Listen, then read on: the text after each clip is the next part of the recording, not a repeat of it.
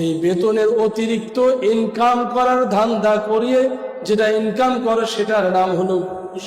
সেটার নাম কি? এবার বলেন তো, ঘুষ খাওয়া হালাল না হারাম?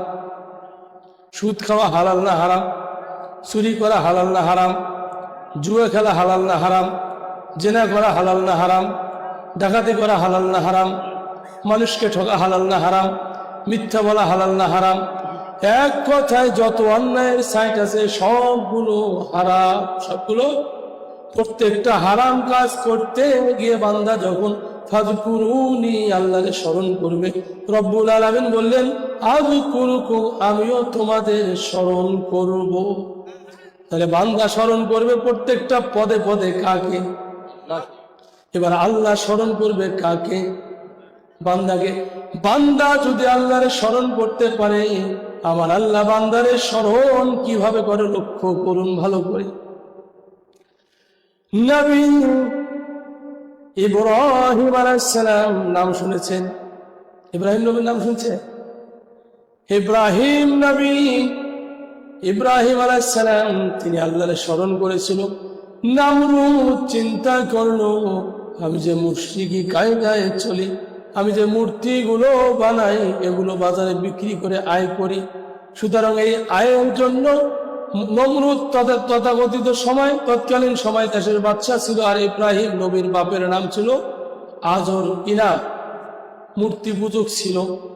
বাপে এবার মূর্তি বানিয়ে ছেলেরে দিল, বাবা ও আমার কলিজার টুকরা সন্তান ইব্রাহিম, তুমি এই মূর্তিগুলো বাজারে বিক্রি করে আনো। কিন্তু বলেছিলাম ফাযকুরুনি, আল্লাহরে স্মরণ করতে হবে। সমস্ত অন্যায় কাজগুলো যখন আসবে তখনই স্মরণ করে সেগুলো ছেড়ে দিতে হবে। ইব্রাহিম নবী চিন্তা করলো, এখন কি হবে?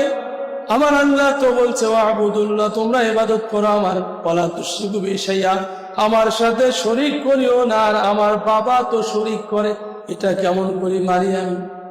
সুতরাং ইব্রাহিম নবী প্রত্যেকটা মূর্তির গলায় দড়ি নিয়ে বাজারে মাটিতে টেনে নিয়ে যাচ্ছে। ওগুলো তো মাটির তৈরি করা পুতুল, একটা আর একটার সঙ্গে লাগে আর ভেঙে যায়। এভাবে যখন ভেঙে গেল, বাজারে গেল, লোকেরা বলল, ইব্রাহিম তুমি এগুলো আজরের ছেলে, তুমি যে বিক্রি করতে আসছো, এগুলো বিক্রি করতে আসছো, ভালো কথা, ভাঙা কেন বলো? বলে আমি আনতে গিয়ে এগুলো ভেঙে গিয়েছে। যেগুলো নিজেকে রক্ষা করতে পারে না সেগুলো আপনাদেরকে কেমনে রক্ষা করবে? কাজেই এগুলো আপনাদের রক্ষা করতে পারবে না। এবার বলুন তো, এই কথা বললে কি আরো কেউ মূর্তি নিবে? লোকেরা নিল না। পর্যায়ক্রমে এই কথা ভাইরাল হয়ে গেল, নমরুদের গোষ্ঠীরা জেনে ফেললো। তখন তারা ইব্রাহিমের বিরুদ্ধে চারণ করলো। ইব্রাহিম ফাযকুরুনি কাকে স্মরণ করে? ইব্রাহিম নবী আল্লাহরে স্মরণ করে, কিন্তু এদিকে পুরো দেশ, পুরো জনগণ এক হয়ে গেল, ইব্রাহিমের বিরুদ্ধে চলে গেল। এবার ইব্রাহিম নবীকে নিয়ে গেল। নমরুদ বললেন ইব্রাহিমকে শাস্তি দিতে হবে। বিশাল বড় একটা অগ্নিকুণ্ড তৈরি করলো, আগুনের গর্ত করলো। কিতাবে আসছে আগুনের গর্ত এত বিশাল যে নমরুদ বলেছিল এই আগুনের কুণ্ডের কাছে যে ইব্রাহিমকে ফেলাইতে যাবে, প্রায় 1 কিলোমিটার দূর থেকে এরকম আগুনের তাপ, কত ভয়াবহ অবস্থা। 1 কিলো দূর থেকে আগুনের কাছে যাইতে পারে না। তখন একটা চরকি তৈরি করলো, করে ইব্রাহিম নবীকে ওখানে ফেলাই দিবে। এমন তো অবস্থায় ইব্রাহিম কাকে স্মরণ করে? আমার আল্লাহ বললেন ফাযকুরুনি, তোমরা আমারে স্মরণ করো। ইব্রাহিম নবী তাই স্মরণ করলেন। রব্বুল আলামিন বললেন আযকুরুকুম, আমিও তোমারে স্মরণ করব। আল্লাহ স্মরণে রাখছে। এবার ইব্রাহিম নবীকে যখন আগুনে ফেলায় দেবে, এমন তো অবস্থায় ফেরেশতাগণ এসে বলতেছে, ওগো আল্লাহর পয়গম্বর ইব্রাহিম নবী, আপনি যদি আদেশ করেন আমরা নমরুদের গোষ্ঠীকে ধ্বংস করে দেব। ইব্রাহিম নবী বলল, এটা সম্ভব না, কারণ আমি তোমাদের কাছে সাহায্য চাই না। ফাযকুরুনি, আমি স্মরণ করি আমার আল্লাহরে। আযকুরুকুম, আমার আল্লাহ আমারে স্মরণ করে, তিনি আমারে দেখছে। এবার যখন আগুনে ফেলায় দেওয়া হলো, কত ভয়াবহ জায়গা। আমার আল্লাহ বললেন কুল্লা ইয়া নারু কুনি বারদাও ওয়া সালামান আলা ইব্রাহিম। আল্লাহ বললেন, হে আগুন, আমার নবী পয়গম্বর ইব্রাহিমের জন্য শীতল হয়ে যাও, আরামদায়ক হয়ে যাও। ইব্রাহিম নবী বললেন, আমি ইব্রাহিম যতদিন ওই আগুনের ভিতরে ছিলাম, আমার জীবনে সবচেয়ে শান্তি ওই দিনগুলোতে পেয়েছি, যেটা আমার জীবদ্দশায় কখনো এরকম শান্তি পাই না। তাহলে আপনি যেটা দেখেন বিপদ, আমার আল্লাহ চাইলে আপনার জন্য সেটা করে দেয় সুপথ, ঠিক কিনা? তাহলে স্মরণ করবেন কাকে? আল্লাহ বললেন, ফাযকুরুনি, আমারে স্মরণ করো, আযকুরুকুম, আমি আল্লাহ তোমাদের স্মরণ করব। এভাবে আল্লাহকে প্রত্যেকটা জায়গায় পদে পদে স্মরণ করলে, বিপদে স্মরণ করলে পথ দেখা দিবেন কে? ওয়াশকুরুলি, আল্লাহ বললেন তোমরা আমার শুকরিয়া আদায় করো। কি করবে বাবাজিরা? এই কথা আল্লাহ বলেছেন, ওয়াশকুরুলি, তোমরা আমার শুকরিয়া আদায় করে। এবার আল্লাহর শুকরিয়া কেমনে আদায় করবেন? কুরআনুল কারীমে সূরা বাকারা, এই সূরাটি হলো এই সূরা বাকারার প্রথম পারায় 4 নম্বর পৃষ্ঠা 28 নম্বর আয়াত। রব্বুল আলামিন বললেন, কাইফা তাকফুরুনা বিল্লাহি ওয়া কুনতুম আমওয়াতান ফাহইয়াকুম সুম্মা ইউমীতুকুম সুম্মা ইহয়ীকুম সুম্মা ইলাইহি তুরজাউন। এটি সূরা বাকারা 1 নম্বর পারা 4 নম্বর পৃষ্ঠা 28 নম্বর আয়াত। রব্বুল আলামিন বললেন, কাইফা তাকফুরুনা বিল্লাহ, তোমরা কিভাবে আমারে ভুলে যাও, আমার সাথে কুফরি করো, আমারে অস্বীকার করো, আমার সাথে গাদ্দারি করো। অথচ তোমরা সবাই ছিলে মৃত। আমরা সবাই কি ছিলাম? মৃত্যু। রব্বুল আলামিন বললেন, মৃত্যু যে তোমরা ছিলা, তোমরা কি ভেবে দেখো না আমি তোমাদেরকে জীবন দিলাম? কাইফা তাকফুরুনা বিল্লাহ ওয়া কুনতুম আমওয়াতা ফাহইয়াকুম, আমি তোমাদের জীবন দিলাম। আমাদের জীবন দিলেন কে? রব্বুল আলামিন জীবনের প্রসেসিং করে কিভাবে জীবন দিলেন, কান লাগান ভাইয়েরা আমার, এখানে শিক্ষার বিষয় আছে। আল্লাহ জীবন দিলেন কিভাবে লক্ষ্য করুন। জীবনটি দিলেন সর্বপ্রথম নবী আদমকে আল্লাহ বানাইলেন, এরপরে মা হাওয়াকে বানাইলেন। আল্লাহ তাআলা কোরআনে সূরা নিসায় প্রথম আয়াতে বললেন, 4 নম্বর পারা 16 নম্বর পৃষ্ঠা প্রথম আয়াতে বললেন, ইয়া আইয়ুহান নাসু তাকু রাব্বাকুমুল্লাযী খালাকাকুম মিন নাফসিন ওয়াহিদা, বললেন আমি আদম হাওয়াকে সৃষ্টি করেছি এবং তাদের উভয়ের থেকে আমি তার আদম হাওয়া সৃষ্টি, তারপরে তার সহধর্মিণী সৃষ্টি করেছি, তাদের উভয় থেকে আমি অসংখ্য অগণিত নারী এবং পুরুষ সৃষ্টি করেছি। তাহলে আদমকে মাটি দিয়ে বানাইল, তার থেকে তার স্ত্রী বাম পাজর থেকে সৃষ্টি হইল, তাদের উভয় থেকে অবাস্থা মিনহুমা রিজালান কাসীরা ওয়া নিসা, অগণিত নারী এবং পুরুষ আল্লাহ সৃষ্টি করলেন। এই যে এখানে যারা আমরা আছি, আমরা পুরুষ না নারী? বাবাজি কথা বলছেন, আমরা পুরুষ না নারী? তা পুরুষের শক্তি বেশি না কম? আপনাদের আওয়াজ শুনে মনে হচ্ছে আপনারা মনে হয় চিন্তাতে আছেন পুরুষ না নারী। সারাটা জীবন সংসার করলেন, কারো বয়স হলো 30, কারো হলো 40, কারো হলো 60। এখন আওয়াজ শুনে মনে হয় আপনারা নারী না পুরুষ সন্দেহে। বলুন তো আমরা সবাই এখানে পুরুষ না মহিলা? এবার শক্তিটা শুনলে মনে হয় পুরুষ। সম্মানিত হাজিরিন, লক্ষ্য করুন আমাদের কেমনে আল্লাহ সৃষ্টি করলেন। আমাদের সৃষ্টির পূর্বে রব্বুল আলামিন আমাদেরকে যখন পৃথিবীতে পাঠাবেন, একটি কথা মনোযোগ দিয়ে শুনুন।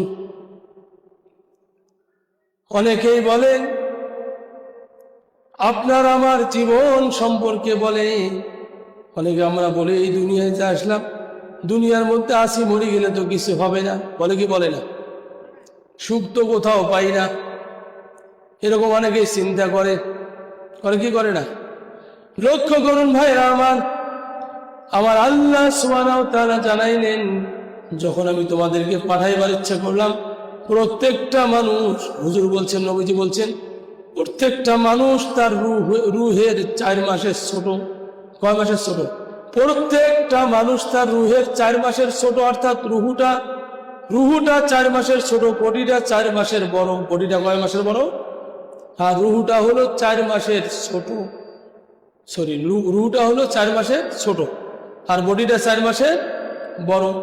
এই বডিকে আরবিতে বলা হয় বাসার, চামড়া, দেহ ইত্যাদি বলা হয়। এই দেহটা রুহুর 4 মাসের ছোট। কয় মাসে? এবার কেমনে রুহু পূর্বে প্রবেশ করলো দেহের মধ্যে? রুহু প্রবেশ করলো এইভাবে, যখন আল্লাহ বললেন নুতফা, তোমাদেরকে আমি বীর্য থেকে সৃষ্টি করেছি। বীর্য, নুতফা আরবি শব্দ, বাংলা হলো বীর্য। লক্ষ্য করুন, স্বামী এবং স্ত্রীর উভয় মিলনের মাধ্যমে যে সন্তান তৈরি হয়, আল্লাহ বলছেন যখন স্বামী এবং স্ত্রীরা উভয় মিলনের মাধ্যমে করার পরে যখন সেখানে কাজ হয়, প্রথম 40 দিন ওই শুক্রাণুটা ঘুরে ঘুরে রক্তে পরিণত হয়ে যায়। এরপরের 40 দিন গোস্ত হয়, তারপরে 40 দিনে বডি আকৃতি হয়। এভাবে 4 মাস ধরে ওখানে প্রসেসিং হয়।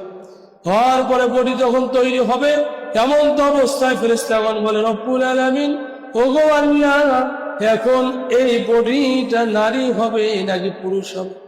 আল্লাহ জানিয়ে দেন, ও আমার ফেরেশতারা, এটা তুমি নারী আকৃতির তৈরি করো, তখন নারী হয়। যখন আল্লাহ বলেন পুরুষ আকৃতির তৈরি করো, তখন পুরুষ হয়ে যায়। কাজে নারী পুরুষ সৃষ্টির মালিক কে? অনেক ভাইয়েরা আছে, বাবাজিরা আছে, চিন্তা করে কন্যা সন্তান হলে মনটা একটু বেজার হয়, পুরুষ হলে একটু খুশি হয়, আনন্দিত হয়। যে মানুষ পুরুষ সন্তানে খুশি হয়, কন্যা সন্তানে নারাজ হয়, সে মানুষ আল্লাহর হুকুম পালন করলো না। ঠিক কিনা? এবার যখন আল্লাহ তো বলছেন অশকুরুলি, তোমরা আমার শুকরিয়া আদায় করো, আমরা সেই শুকরিয়ার আলোচনা করছি। এবার যখন ওই জায়গার মধ্যে আল্লাহ যখন রুহু ঢুকায়া দিল, তাহলে বডির বয়স হলো 4 মাস। এই 4 মাস পরে রুহু আসি প্রবেশ করে, আর এই রুহুগুলো 4 মাসের বডির থেকে ছোট। এবার যখন এরা পৃথিবীর জমিনে আল্লাহ তাআলা পর্যায়ক্রমে তাদেরকে পাঠিয়ে দেয়, ভূমিষ্ঠ হয়ে যায়। একজন মা যখন সন্তানকে পেটে ধারণ করে, ওই মা দুখুনি এত কষ্ট করে, সন্তান যখন পেটে আসে নড়াচড়া করে, মায়ের খেয়ে শান্তি নাই, বসে শান্তি নাই, শুয়ে শান্তি নাই, এত কষ্ট করে তারা। সেই মায়ের কথা যারা ভুলে যায়, এরা কেমনে করে মুসলমান হয়? এরা সঠিক মুসলমান হতে পারে না, ঠিক কিনা? সুতরাং মা তো কষ্ট করলো, কষ্ট করার পরে পৃথিবীর জমিনে মা যখন ভূমিষ্ঠ করলেন, প্রসব করলেন সন্তান, সন্তানটি প্রসব হওয়ার পরে রব্বুল আলামিন আদেশ করে দিলেন, ওয়াল ওয়ালিদাতু ইরদি'না আওলাদাহুন্না হাওলাইনি কামিলাইনি লিমান আরাদা আন ইউতিম্মার রাদআ। কুরআনুল কারীমে সূরা বাকারা, এই সূরার মধ্যে আল্লাহ তাআলা 233 নম্বর আয়াতে বললেন, যখন একজন মা যখন সন্তান প্রসব করে, তখন বাবার দায়িত্ব হইল ওই মায়ের ভরণ পোষণ দেওয়া, আর মায়ের দায়িত্ব হইল সন্তানের 2 বছর দুধ পান করা। কয় বছর? তাহলে মায়ের দায়িত্ব হলো সন্তানের দুধ পান করাবে, আর ওই সন্তানের বাবার দায়িত্ব হলো মায়ের খোঁজ খবর নিবে, মায়ের ভরণ পোষণ দিবে ঠিকভাবে, মায়ের খাবার বৃদ্ধি করে দিবে তার সাধ্য অনুযায়ী। কিন্তু এখন দেখা যায় অনেক পিতা আছে, সন্তান হওয়ার পরে তার স্ত্রীর সঠিকভাবে খোঁজ নেয় না, আছে না এরকম? আবার বাচ্চারা যখন পুষ্টিহীন হয়, বলে এটা কেমনে পুষ্টিহীন হইলে, এটা কিভাবে হয়? সুতরাং দায়িত্ব তো দেওয়া হয়েছে পিতাকে, পিতা ওই সন্তানের খোঁজ নিবে। সুতরাং ওই পিতা যদি সন্তানের খোঁজ নিতে চায়, তাহলে সর্বপ্রথম খোঁজ নিতে হবে তার মায়ের ভরণ পোষণ দিতে হবে। এরপরে মা সন্তানকে 2 বছর দুধ পান করাবে। এটি হলো কোরআনের আদেশ। কার আদেশ? কোরআনের আদেশ। সম্মানিত ভাইরা, এই আদেশ যদি কেউ না মানে, আর পরবর্তী টাইমে এসে যদি দেখে বাচ্চাটা পুষ্টিহীনতায় ভোগে, বাচ্চার শরীরে শক্তি নাই, দেখতে আধা পাগলার মতো দেখা যায়, বলুন তো এর দায় কে নিবে? বাচ্চার মা নাকি বাবা? কে নিবে? কাজে ভাইরা আমার লক্ষ্য করুন, যখন আপনার স্ত্রীর পেটে সন্তান আসবে, তখন আপনাকে তখন থেকে খোঁজ বেশি করে নিতে হবে, খেয়াল রাখতে হবে। যাতে করে আপনার সন্তানের কোনো কষ্ট না হয়, স্ত্রীর কোনো কষ্ট না হয়। আমার আল্লাহ বললেন, ফাযকুরুনি, তোমরা আমাদের স্মরণ করা, আযকুরকুম, আমিও তোমাদের স্মরণ করব। ওয়াশকুরলি, তোমরা আমার শুকরিয়া আদায়। তাহলে স্ত্রী একজন নিয়ামত, শুকরিয়া আদায় করতে হবে। সন্তান একটা নিয়ামত। এভাবে আল্লাহ তাআলা প্রত্যেকটা নিয়ামত দ্বারা ভরপুর করে দিয়েছেন। মা বাবা নিয়ামত, ঠিক কিনা বলে? এত কিছু পাওয়ার পরেও শুকরিয়া আদায় করতে হবে। ভাইয়েরা আমার, লক্ষ্য করুন, আল্লাহ সুবহানাহু ওয়া তাআলার শুকরিয়া আদায় করতে গিয়ে, তার হুকুম পালন করতে গিয়ে পৃথিবীতে অনেক নজির আসে। অসংখ্য মানুষ কষ্ট করে জীবন দিয়েছে, ঠিক কিনা বলে? যদি আপনি লক্ষ্য করেন, বরফের আব্দুল কাদের নাম শুনেছেন? বরফের আব্দুল কাদের জিলানী রহমাতুল্লাহি আলাইহি, তার জীবনীতে এসেছে এই আব্দুল কাদের জিলানী রহমাতুল্লাহি আলাইহি তিনি এত বড় পীর হইলেন। তার বাপের নাম কি জানেন? তার বাবার নাম কি? মাশাআল্লাহ, একজন বাবাদের মনে আছে, আবু সালেহ মুসা গঙ্গি। আব্দুল কাদের জিলানী রহমাতুল্লাহি আলাইহির বাবা, তিনি একদিন হেঁটে যাচ্ছে, যাইতে যাইতে যাইতে যাইতে নদীর কিনারায় হেঁটে যাচ্ছেন। এখানে কিন্তু একটা শিক্ষা আছে। হেঁটে যাচ্ছে, যাইতে যাইতে যাইতে যাইতে একটা ফল পানি দিয়ে ভেসে আসছে। আর এই ফলটা যখন তিনি তুললো, ক্ষুধার যন্ত্রণায় খিদা লেগে গেছে, বেচারা চিন্তা করলো কিছু খাইতে হবে, আশেপাশে খাবার কিছু নাই। তখন ওই ফলটা পানি থেকে, নদীর ক্যালেন থেকে উঠে তিনি খেয়ে ফেলছে। এবার ক্ষুধার নিবারণ হইল। চিন্তা করলো, ক্ষুধা নিবারণ হইল, আমি না হয় ক্ষুধা থেকে বাঁচলাম, কিন্তু আমার আল্লাহর হাত থেকে তো আমারে বাঁচতে হবে। কারণ এই ফলটা তো আমি যার খেয়েছি তাকে তো বলি নেই। সুতরাং না বলে খাওয়াটাই হলো চুরি করা, না বলে নেওয়াটা চুরি করার শামিল। এবার তিনি নদীর স্রোত যেদিকে আসতেছিল তার উল্টো দিকে, অর্থাৎ যেদিক থেকে স্রোত আসতেছে ওই সোজায় তিনি পিছন দিকে ছুটছে। যাইতে যাইতে উজান দিকে ছুটছে। উজানের দিকে যাইতে যাইতে যাইতে যাইতে যাইতে যাইতে বহুদূর পার হয়ে দেখলো ঠিক যে ফলটি তিনি তুলে খেয়েছেন এই ফলের গাছ ওখানে আছে। বেচারা চিন্তা করলো, এই গাছের ফল তো আমি খাইলাম, এবার এই ফলের মালিক কোথায়, গাছের মালিক কোথায় খুঁজতে হবে। গাছের মালিককে খুঁজে বার করলো। বার করার পর বললো, বাবাজি আমি একটা ভুল করেছি, আমারে ক্ষমা করে। বলে, বাবা কি ভুল করেছো? বলে, আমি একটা ফল খেয়েছি, আপনার গাছের ফল, গাছ থেকে ছিঁড়ে পড়ে নদীতে ভেসে গিয়েছে। আমি খাওয়ার পরে, তুলে খাওয়ার পরে মনে হইল আমি তো এই গাছের মালিককে বলি নাই, কাজে আমার বলার জন্য ইচ্ছা হইল, আমি আপনাকে না বলে খাইলাম, আপনি মেহেরবানি করে আমারে মাফ করে দেন। গাছের মালিক বলল, বাবাজি মাফ তো এত সহজে হবে না। বলে, কেমনে মাফ হবে? বলে, 12টা বছর আমার গোলামি করতে হবে। চিন্তা করছেন, একটা ফল পানি দিয়ে ভেসে যাচ্ছে, সেই ফল তুলে খাইল।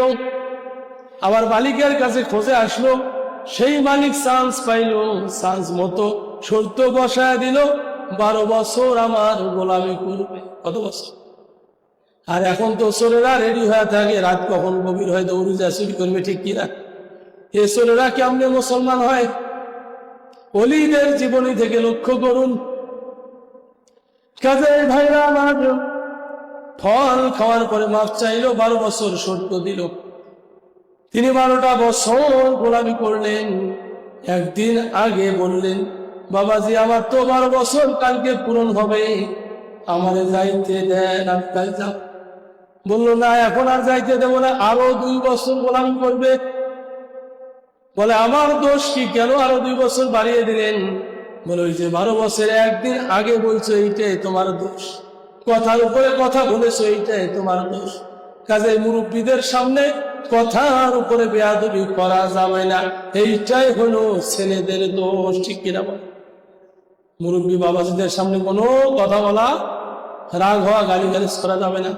মা বাবার উপরেও করা যাবে না। মা বাবা তো সবচেয়ে বড় মুরব্বী, কি বলেন, ঠিক কিনা? এবার যখন চান্স পাইল, আরো 2 বছর বাড়িয়ে দিল। এবার এই 2 বছর পরে তিনি আর কিছু বলে না, না জানে আর একটা বেয়াদবি হয় কিনা। সারাদিন চলে গেল। পরের দিন বলল, বাবাজি আমারে যাইতে দেন। বলে, না বাবা, শর্ত পূরণ হইল না, কারণ আমার একটা শর্ত মানে নিলে আমি তোমারে মাফ করে দেব।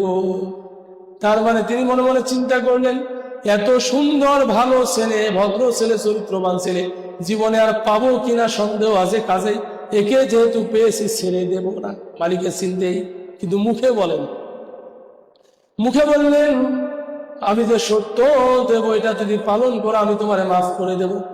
বললো, কি শর্ত বাবাজি বলেন, আমি তবুও মাফ চাই।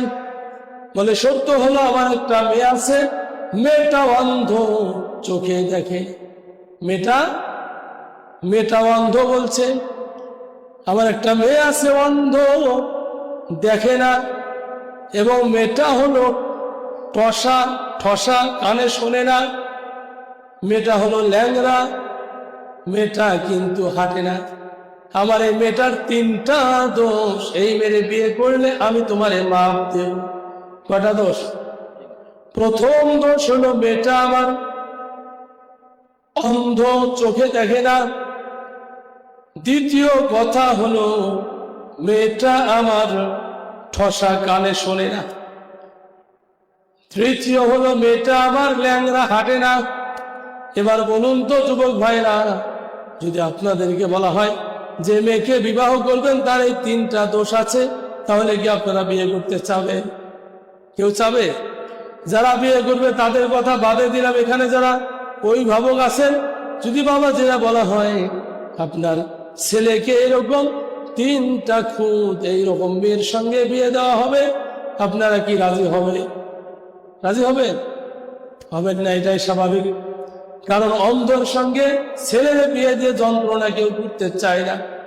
ঠসা তো আরো শোনে না। শ্বশুরি কইবে, মা এতি আইসো, ও ঝাড়ু ধরি বেড়াইবে, শ্বশুরি কি কয়, বিপদ পারবে না কমবে বলেন। ল্যাংড়া হলে তো আরো মুশকিল। স্বামী কবে ভাতের প্লেটটা এদিকে দাও, আর স্ত্রী তো ওখান থেকে উঠতেই পারবে না। কাজে আপনার আমার স্ত্রীগুলো ভালো আছে, তার থেকে এই জন্য শুকরিয়া আদায় করুন, আলহামদুলিল্লাহ। এই নিয়ামত পেয়েছেন, তারপরেও তাদের সঙ্গে দুর্ব্যবহার করেন, এটা করা যাবে? লক্ষ্য করুন, এবার যখন ওই আল্লাহর বান্দা বললেন, আমার মেয়ের 3টা খুব 3টা দোষ, এই 3টা যদি তুমি মেনে নিয়ে বিয়ে করতে পারো তাহলে আমি তোমারে মাফ দেব। কিন্তু এই বেচারার হৃদয়ের মধ্যে কার ভয়? আল্লাহর ভয়। ফাজকুরুনি, তিনি আল্লাহরে স্মরণ করতেছেন। এবার আল্লাহ তারে স্মরণ করে, আযকুরুকুম, আল্লাহ তারে স্মরণ করে। আল্লাহ যারে স্মরণ করে তার কোনো বিপদ, তাহলে এই 3টা যে বড় বিপদ, সামনে যান কোনো বিপদ আর নাই। এই 3টা বিপদ হলো পরীক্ষা, সামনে হলো সুপথ, শান্তির পথ। এবার যখন রাজি হয়ে গেল, বিবাহ বসলো।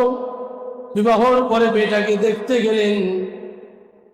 দেখতে গিয়ে দেখলেন ঘরের ভিতরে যে মেয়ে দেখা যায়, মেয়ে এত সুন্দরী, যে সে সুন্দরী মেয়ে আর কখনো চোখে পড়ে না। যে মেয়ে দেখা যায়, এ মেয়ে তো ঠসা না, এ মেয়ে তো ঠসা না। মেয়েটারে যা বলে আস্তে আস্তে কথা বলে, দেখি মেয়েটা শোনে কিনা। মেয়েটা শোনে, উত্তর দেয়। এবার মেয়েটারে ডাক দিল, বিছানা থেকে পায়ে হেঁটে নামলো। চিন্তা করলো, হায় রে, আমি মনে হয় ভুল জায়গায় পৌঁছিলাম, সর্বনাশে কি করলাম, আরো একটা দোষ হইল আমার। দৌড় দিয়ে গিয়ে শ্বশুরকে বললো, বাবাজি আপনি যে 3টা কথা বলেছেন, এই 3টা কথা তো আমার পছন্দ হয়েছে, কিন্তু ঘরে গিয়ে যারে দেখলাম সে তো এই 3-এর দোষ তার একটাও না। কাজে আপনি এটা কেমন করলেন? ওই মেয়ের বাবা বলল, বাবা শোনো, যেদিন তুমি ওই ফল খাওয়ার পরে আমার কাছে ছুটে আসছো, আমি সেই দিনে বুঝতে পারছি এটি সাধারণ কোনো মানুষ নয়, এর ভিতরে আল্লাহর ভয় আছে, নবীর প্রেম আছে, যার কারণে আমার গাছের ফল কত মানুষ চুরি করে খাইলো, কত মানুষ কুড়ে খাইলো, আজও পর্যন্ত কেউ এসে বলল না আমি আপনার ফল খাইছি। আর নদী দিয়ে ভেসে গিয়েছে কত দূরের পথ, সেখান থেকে তুমি ফল খাওয়ার পরে ফিরে আসছো, তখনই আমার মনে হয়েছে তুমি সাধারণ মানুষ না। ওই সময় আমি এই নিয়ত করেছি, 12 বছর তোমারে আমি পরীক্ষা করে দেখেছি, তুমি পাশ করেছো। আবার 2 বছর দিলাম, পাশ করেছো। বাবারে একটি মাত্র আমার মেয়ে, কারণ আমি চাই আমার মেয়ের শান্তি। পৃথিবীর সমস্ত বাবাগুলো তার মেয়ের শান্তি চায়, ঠিক কিনা বলেন? কাজে যে ছেলে ডিমান্ড চায় ওই ছেলেকে মেয়ে দেওয়া যাবে? কথা ভালো করে শোনেন, যে ছেলে ডিমান্ড চায় ওকে মেয়ে দেওয়া যাবে? মেয়ে দেওয়া যাবে না, মেয়ে দিবেন না। যখন সমস্ত বাবাগুলো ওই ধরনের ছেলেকে মেয়ে দিবে না, তখন ছেলেগুলো বাধ্য হয়ে যখন যৌবনের তাড়নায় শরীর কামড়া কামড়ি করবে, মেয়ের বাবার পা ধরে গড়াগড়ি করে কবে যে আমার কার যৌতুক দেওয়া লাগবে না, ঠিক কিনা বলে? এবার যখন ওই মেয়ের বাবা বলল, বাবা ওই দিন নিয়াত করেছি, আমি নিয়াত করেছি এরকম যে আমার মেয়েকে দিয়ে আমি তোমার বিয়ে দেব। কাজে আমার মেয়েকে আমি বিয়ে দিলাম। বললো, বাবা আপনি যে বললেন আপনার মেয়ে চোখে দেখে না। বলে, বাবারে আমার মেয়ে চোখে দেখে না, এটা বলেছি ঠিক। আমার মেয়ে আমার বাড়ি ছাড়া আর কারো বাড়ি কোনোদিন দেখে না। এবার বলছে, আপনি যে বললেন আপনার মেয়ে ঠসা কানে শোনে না।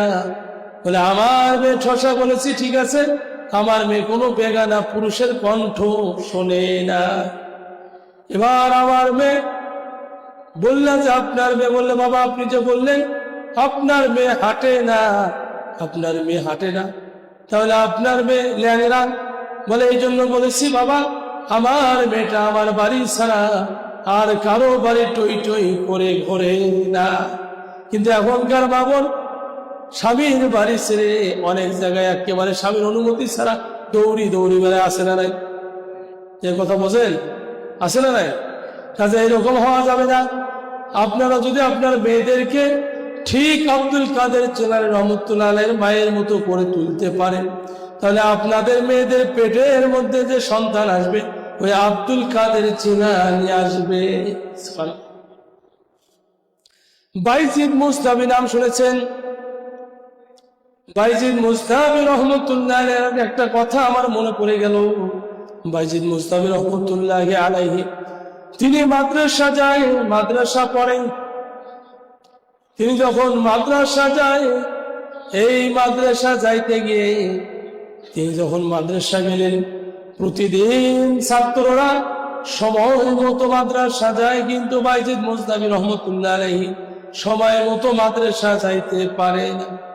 কেউ মাদ্রাসায় গেল, ক্লাস যখন হয় 8টায়, বাইজিদ মুস্তাবি যা হাজির হয় 8:30টায়, কোনদিন 9:45টায়, কোনদিন 8:15টায়। উস্তাদ একদিন ডাক দিয়ে বলল, এই বাইজিদ, বাবা এদিকে আয়। বাবা তোমার এত দেরি হয় কেন বলো?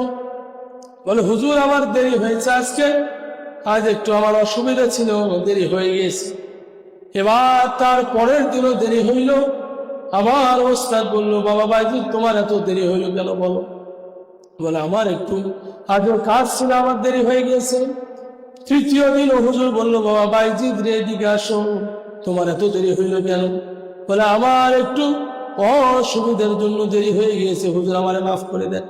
চতুর্থ দিনের বেলা হুজুর বলল, এই বাইজিদ, আজ দেখতেছি ছুটির ঘন্টা বেজে যায়, তুমি এই সময় এসে হাজির।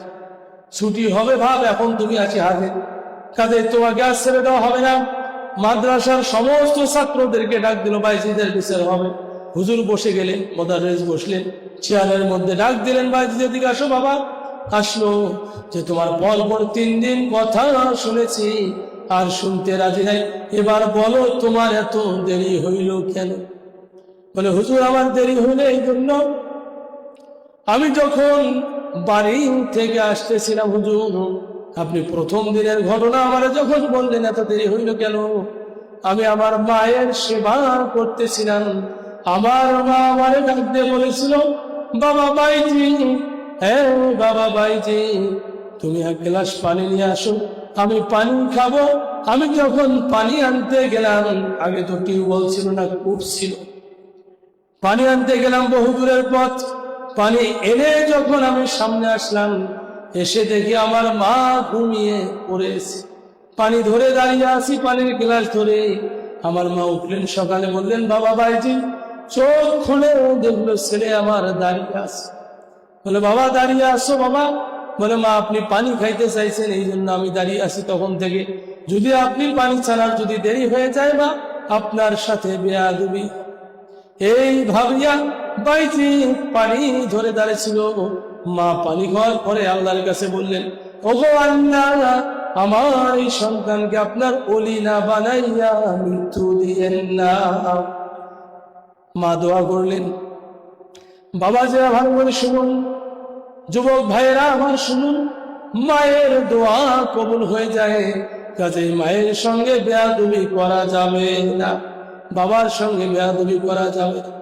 প্রিয় ভাইয়েরা আমার, এবার যখন দ্বিতীয় দিনের কথা প্রশ্ন করলো, বলে দ্বিতীয় দিন কেন দেরি হইল? বলে এই জন্য দ্বিতীয় দিন দেরি হইল, আমি দ্বিতীয় দিন যখন আসি, আমার মা অসুস্থতার কারণে কাপড় চোপড় নষ্ট করছে, ময়লা হয়ে গেছে। আমি মায়ের কাপড়গুলো ধুয়ে দিয়েছি, যার কারণে আসতে আমার দেরি হয়ে গেছে। তৃতীয় দিন কেন দেরি হইল ভাইজি?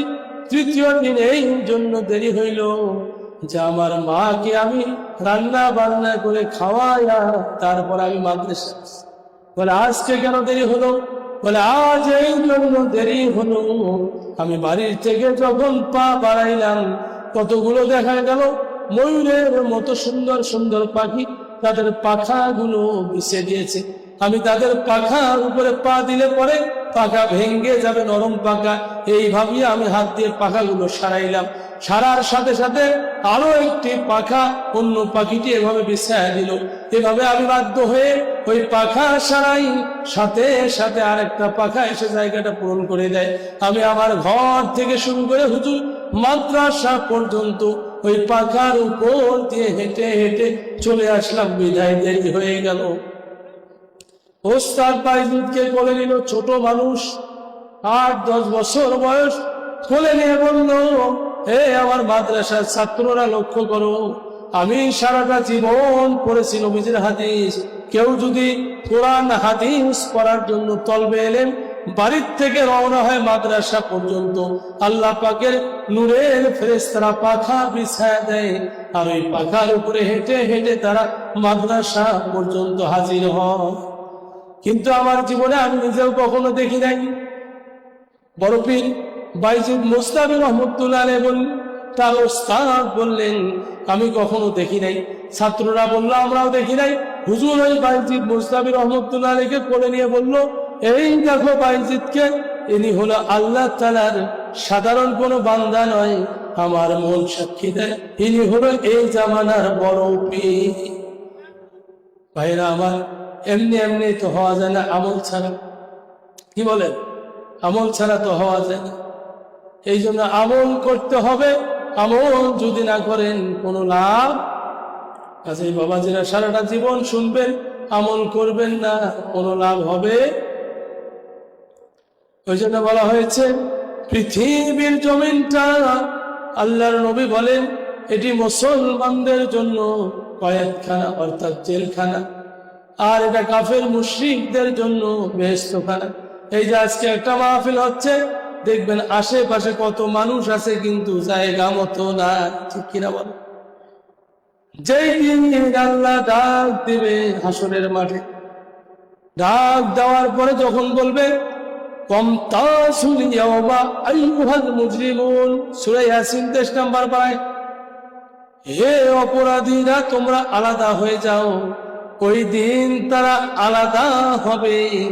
যেখানে কোরআনের কথা হয়েছে সেখানে মানুষ নাই, যে যতগুলো মানুষ ছিল এরা ওই দিন আলাদা হবে। আর ওই মাহফিলের আওয়াজ শুনেছে কেউ বা চায়ের দোকানে, সেগুলো হবে চায়ের দোকানের পিছনে লাইন, কেউ বা হাঁটি বাড়ির মধ্যে এগুলো হাঁটি বাড়ির পিছনে লাইন হবে। এক একজন এক এক দলে থাকবে, এগুলো বিভিন্ন জন বিভিন্ন দলে দলভুক্ত হবে। ওই দিন আফসোস করে বলবো, হায় আফসোস, যদি আমরা বুঝতাম তাহলে এই ভুল করতাম না। এই জন্য এখনো সময় আছে, জীবন দিয়েছেন আল্লাহ, মৃত্যু দেন আল্লাহ।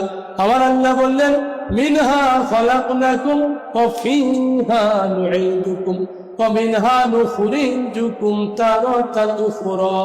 মিনহা খলাকনাকুম, এই মাটি দিয়ে আমি তোমাদের সৃষ্টি করলাম। মাটির মানুষের কি কোনো পাওয়ার আছে? এবার লক্ষ্য করুন, একজন বুজুর্গকে একজন নাস্তিক 4টা প্রশ্ন করেছে। কয়টা প্রশ্ন করছে? একজন বুজুর্গকে একটা নাস্তিক এসে 4টা প্রশ্ন করেছে। বলছে, ও বুজুর্গ, আপনি যদি এই 4টা প্রশ্নের উত্তর দিতে পারেন আমি মুসলমান হব। নাস্তিক বলছে। প্রথম প্রশ্ন হলো, বুজুর্গকে বললেন, প্রথম প্রশ্ন হলো আল্লাহ সুবহানাহু ওয়া তাআলা যার কথা বলেন সকল সৃষ্টির স্রষ্টা যিনি, তাকে দেখা যায় নাকি? সকল সৃষ্টির স্রষ্টার নাম কি? আপনারা জানেন না? সকল সৃষ্টির স্রষ্টার নাম কি? নাস্তিক বলল সকল সৃষ্টির স্রষ্টা যিনি, তাকে দেখা যায়। প্রথম প্রশ্ন। দ্বিতীয় প্রশ্ন হলো না দেখা স্রষ্টাকে বিশ্বাস করার কথা বলা হয় কেন? যাকে দেখি না তাকে কেন বিশ্বাস করব? তৃতীয় প্রশ্ন হলো আপনি যাকে বিশ্বাস করার কথা বলতেছেন, এই যে না দেখা স্রষ্টাকে বিশ্বাস করব কেন? এটি হলো তার দ্বিতীয় প্রশ্ন। চতুর্থ প্রশ্ন হলো, তৃতীয় প্রশ্ন হলো চীনারা আগুনের তৈরি, কিসের তৈরি? চীনারা আগুনের তৈরি, আগুন হয়ে কিভাবে আগুনকে শাস্তি দিবে? তাহলে প্রথম প্রশ্ন হলো সকল স্রষ্টা যিনি, তাকে দেখা যায় না কেন? দ্বিতীয় প্রশ্ন হলো না দেখে স্রষ্টাকে বিশ্বাস করার কথা বলা হয় কেন?